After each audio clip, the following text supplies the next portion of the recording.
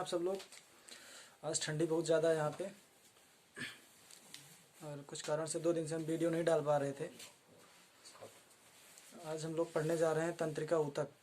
जैसा कि आप जानते हैं कि हमारे शरीर में तंत्रिका तंत्र पाया जाता है, जिसकी वजह से जो हमारे शरीर में बाहर से संवेदनाएं आती हैं उनको हम महसूस करते हैं। जैसे मान लीजिए हम कहीं जा रहे हैं, हमारे शरीर में कोई कांटा चुभ गया या फिर कहीं से चोट लगी हमको, तो जो कांटा हमको चुभता है, हमको कोई बताता थोड़ी ना कि कांटा चुभने वाला पैर उठाओ। तो ये सब जो क्रियाएं होती हैं ये सब इन्हीं तंत्रिका ऊतक की वजह से और तंत्रिका तंत्र की वजह से होती हैं। तो जो हमारा तंत्रिका तंत्र होता है वो तंत्रिका ऊतक की वजह से बना होता है, और जो तंत्रिका ऊतक होते हैं न्यूरॉन्स या तंत्रिका कोशिकाओं के द्वारा बने होते हैं। ठीक है, तो देखिए बात करते हैं सबसे पहले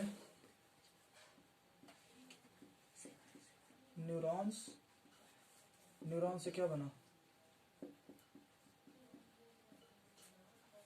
तंत्रिका ऊतक, और तंत्रिका ऊतक से मिलकर बना तंत्रिका तंत्र। बाकी जब हम तंत्रिका तंत्र को डिटेल में पढ़ेंगे तब बताएंगे कि इसमें कौन कौन से भाग होते हैं, कितने प्रकार का होता है और ये कैसे कार्य करते हैं। ठीक है, तो आज हम खाली तंत्रिका ऊतक के बारे में पढ़ेंगे। तो जो तंत्रिका ऊतक होता है वो न्यूरॉन से बना होता है, या जिनको बोलते हैं तंत्रिका कोशिकाएं। तो यहाँ पे दिख रहा है ना, इधर देखते हैं। जो तंत्रिका ऊतक होता है, तंत्रिका ऊतक किसका बना होता है? न्यूरॉन्स का। ठीक, जिनको बोलते हैं क्या? तंत्रिका कोशिका। ठीक, अब जो तंत्रिका कोशिकाएं होती हैं इनकी लंबाई जो होती है, तंत्रिका कोशिका की जो लंबाई होती है ये होती है लगभग 1.5 से 2 मीटर लंबी। ये जो तंत्रिका कोशिकाएं होती हैं इनकी अगर यहाँ से बात करें, यहाँ तक की जो लंबाई होती है वो पूरा 1.5 से 2 मीटर लंबी होती है। अब जो तंत्रिका ऊतक होते हैं वो कितने भागों से मिलकर बने होते हैं? ठीक, तो देखिए तंत्रिका ऊतक में मुख्यतः 3 प्रकार के भाग होते हैं, 3 भाग होते हैं। पहला साइटोन, जिसे कोशिका काय कहा जाता है, दूसरा डेंड्रॉन्स, तीसरा एक्सॉन। ठीक, साइटोन को कोशिका काय कहते हैं। देखिए यहाँ पे लिखा हुआ है, ये वाला भाग जो है ये साइटोन है। ठीक है, तो हम बात करते हैं किसकी?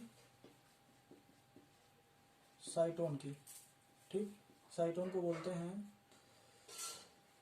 कोशिका काय। क्या बोलते हैं?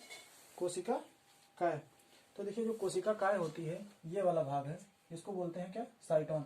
इसके बीच में एक केंद्रक पाया जाता है। देखिए एक केंद्रक पाया जाता है। ठीक है, और इस जो केंद्रक होते हैं इनके चारों तरफ देखिए छोटे छोटे दानेदार कण पाए जाते हैं। तो देखिए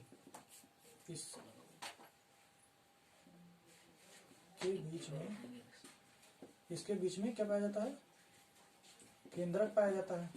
ठीक है, केंद्रक पाया जाता है, दिख रहा है ना। अब केंद्रक के चारों ओर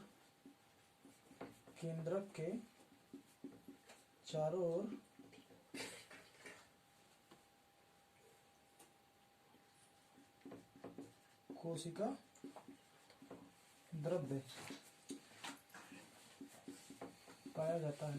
ठीक है, ठीक है, ये कोशिका द्रव्य पाया जाता है ये किसका बना होता है? ये कोशिका द्रव्य प्रोटीन का बना होता है, जिसे हम क्या बोलते हैं? जिनको बोलते हैं निसेल्स कण। क्या बोलते हैं? निसेल्स कण। ये जो कोशिका द्रव्य होते हैं, देखिए इसमें क्या कोशिका द्रव्य भरा हुआ है, उनको बोलते हैं निसेल्स कण। ठीक है, ये प्रोटीन के बने होते हैं। ठीक, अब दूसरे भाग की बात करते हैं। क्या यह है? क्या दूसरा भाग? डेंड्रॉन्स। ठीक है, तो जो कोशिका काय होता है इसमें देखिए अनेक परवर्ध निकले हैं। परवर्ध मतलब कल्ले। जैसे पेड़ होता है उसमें से क्या निकलते हैं? कल्ले निकलते हैं ना, वैसे इसमें अनेक परवर्ध निकले रहते हैं जिनको हम बोलते हैं कल्ले। तो ये तुम्हारा साइटोन हुआ, दूसरा था डेंड्रॉन्स या डेंड्राइट्स। ठीक है, डेंड्रॉन या डेंड्राइट्स। तो जो कोशिका काय कोशिका काय में अनेक परवर्ध निकले। परवर्ध मतलब यहाँ पे आप समझ लीजिएगा, इसको व्यवहारिक भाषा में बोलते हैं कल्ले। कल्ले समझ रहे हैं ना, जैसे कि जो पेड़ पौधे जैसे उसमें कल्ले निकलते हैं, वैसे इसमें भी अनेक पर्वत निकले रहते हैं, जिन्हें कहा जाता है डेंड्रॉन्स। इन्हीं कल्लों को डेंड्रॉन्स कहा जाता है, ठीक है, डेंड्रॉन्स, ठीक। अब देखिए ये वाला भाग जो है ये डेंड्रॉन्स है। अब ये डेंड्रॉन्स जब आगे जाता है तो ये अनेक पतले पतले परवर्ध में बटा रहता है। तो डेंड्रॉन्स जो है आगे चलकर और पतले परवर्ध में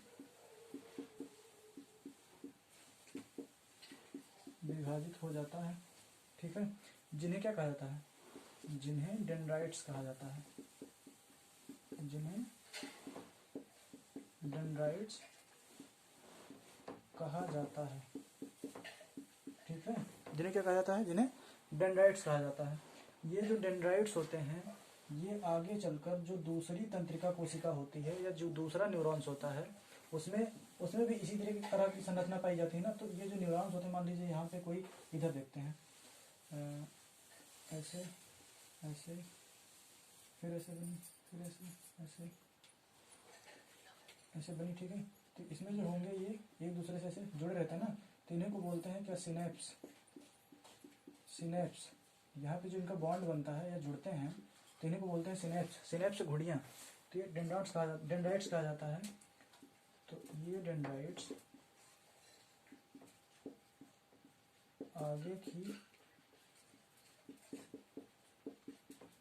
कोशिका के डेंड्राइट्स से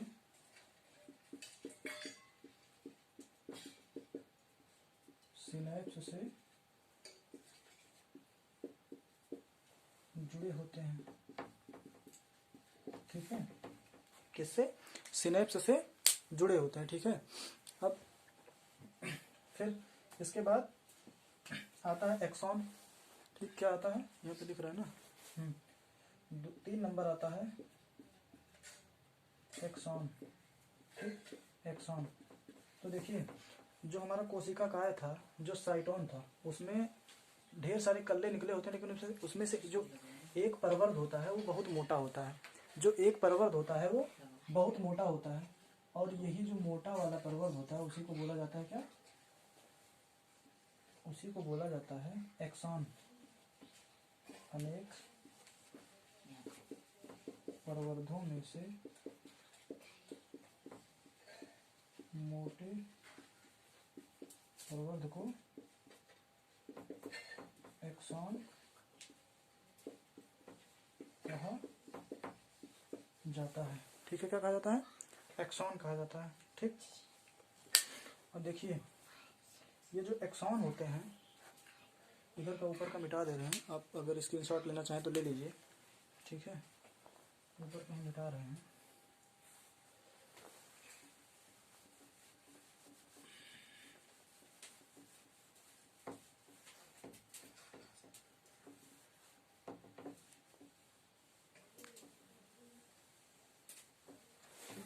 यहाँ पे कहाँ थे, जो हमारा एक्सॉन होता है। तो देखिए एक्सॉन के चारों तरफ क्या, ये झिल्ली पाई जाती है। एक्सॉन के चारों तरफ एक पतली झिल्ली पाई जाती है। इस झिल्ली को, पतली झिल्ली को कहा जाता है, तो यहाँ पे लिखते हैं एक्सॉन के चारों तरफ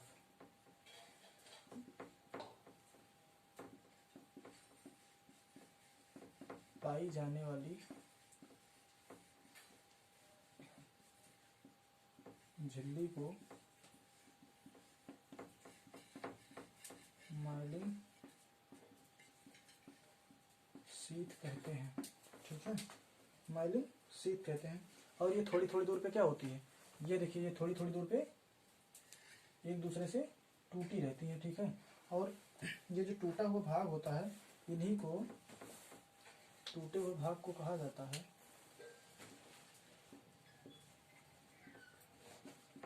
टूटे हुए भाग को कहा जाता है रैनबियर का नोड।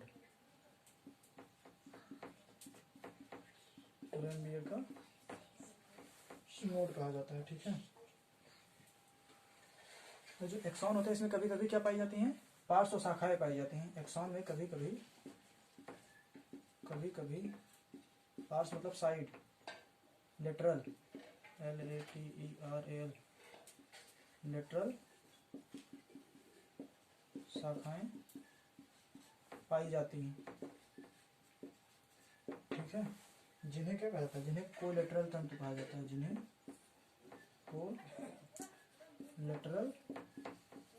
तंतु कहा जाता है, ठीक है। और जो एक्सॉन का अंतिम छोर होता है, एक्सॉन के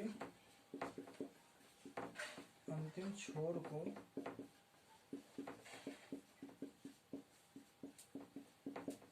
सिनेप्स घुड़िया कहते हैं। सिनेप्स घुड़िया कहते हैं, ठीक है। ये क्या करती है, जो सिनेप्स घुड़िया होती हैं, ये एक तंत्रिका को दूसरी तंत्रिका से जोड़कर रखती हैं, एक तंत्रिका को दूसरी तंत्रिका से जोड़ के रखती हैं। तो कार्य के आधार पर जो तंत्रिकाएं होती हैं, इनको 3 भागों में विभाजित किया गया। नंबर 1 संवेदी तंत्रिका कोशिकाएं, और फिर उसके बाद एक क्या थी, कार्य के आधार पर संवेदी, दूसरी थी चालक या प्रेरक तंत्रिका कोशिकाएं, और एक तीसरी थी साहचर्य तंत्रिका कोशिकाएं। तो इनके बारे में हम आपको अगले वीडियो में बताएंगे। तो आप लोग इसको देखिएगा और देख के बताइएगा कि ये वीडियो कैसा रहा, और कमेंट करके ज़रूर बताइएगा अगर अच्छा लगा हो तो, और इसको शेयर ज़रूर करिएगा। धन्यवाद।